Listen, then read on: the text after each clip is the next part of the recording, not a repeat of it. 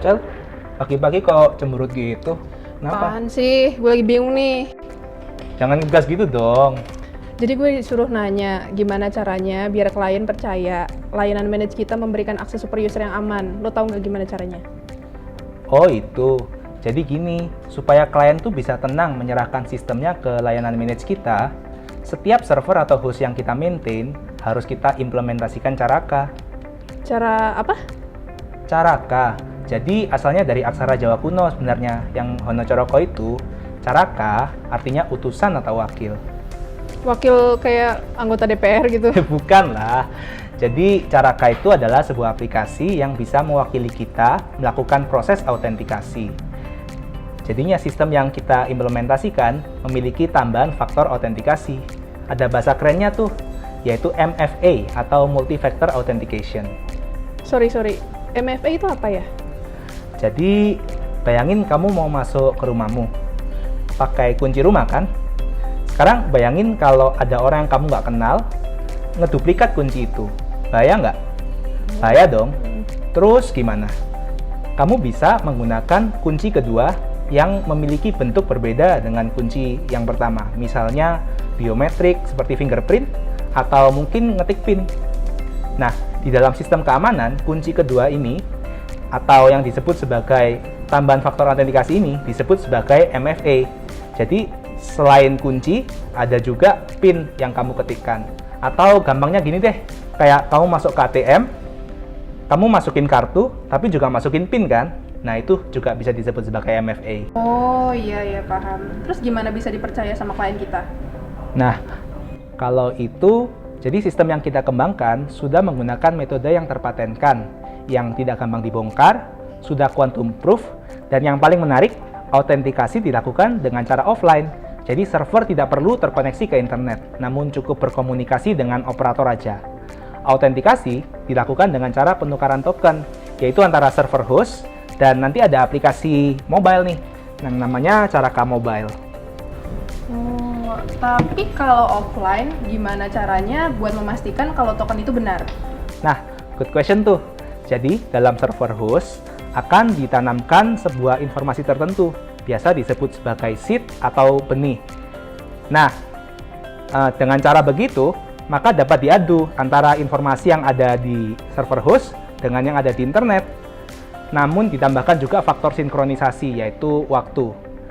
Nah, jadi dengan mekanisme algoritma seperti ini, token itu bisa dicek apakah benar atau tidak.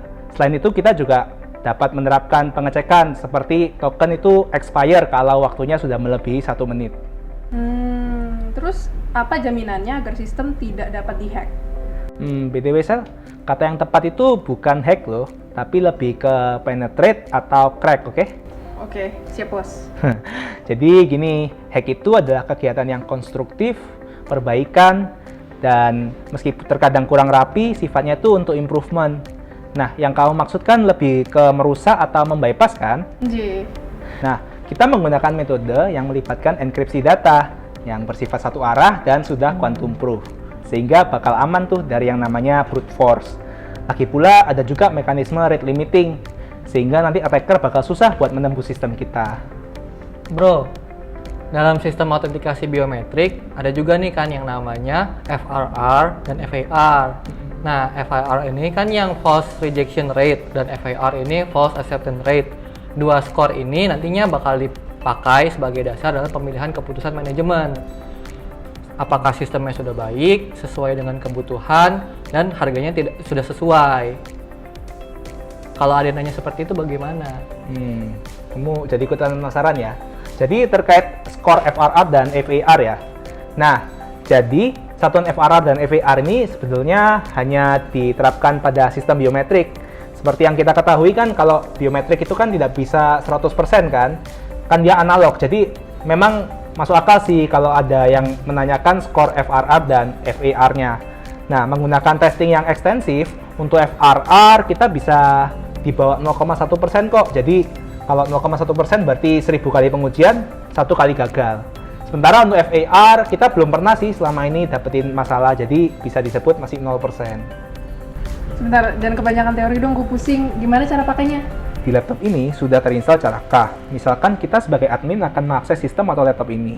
Di sini, kita akan mendapatkan challenge key dari sistem dan melakukan capture QR code dari challenge key tersebut menggunakan Caraka Mobile Apps.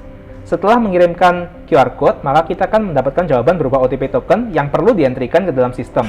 Dapat kita lihat, admin harus menginputkan password dan OTP untuk mengakses sistem atau yang disebut dengan 2FA. Selain itu, sistem Caraka memiliki fitur yang cukup lengkap untuk supervisi dan keamanan akses untuk masuk ke dalam sistem yang dilengkapi dengan log untuk kebutuhan audit nantinya. Menarik juga ya. Terus kalau klien ingin tahu siapa aja yang pernah mengakses ke sistem mereka, gimana caranya? Bisa sih, jadi klien tuh bisa mengakses report siapa aja yang sudah mengakses sistem mereka lewat web admin ini. Nah, terus kalau misalnya klien itu ingin mendapatkan notifikasi di HP-nya, bisa juga dengan menggunakan aplikasi Caraka Mobile. Kalau misalnya dia ingin mendapatkan semua notifikasi, bisa juga diatur supaya klien tersebut termasuk ke ring 1. Ring 1 itu apa ya? Nah, ini memang aku belum jelasin sih. Jadi Caraka itu ada sistem pendelegasian.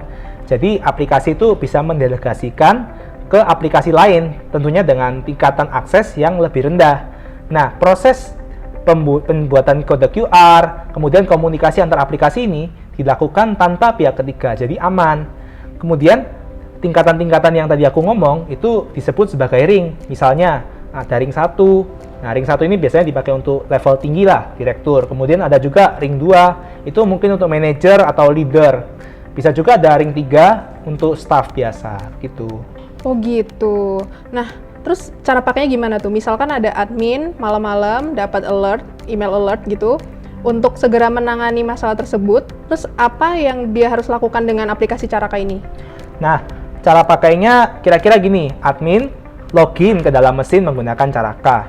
Nah, ketika admin melakukan aksi login itu, user atau kita sebut sebagai atasan dari admin ya, itu akan mendapatkan notifikasi atas aksi yang dilakukan oleh si admin itu. Nah, sehingga akses yang dilakukan oleh admin itu selalu dapat dimonitor oleh atasan dari admin. Oh, got it. Jadi dengan mekanisme ini, klien tuh jadi bisa lebih percaya terhadap layanan manage kita karena memberikan akses super user yang aman dan terjamin ya. Iya, tepat sekali, Cel.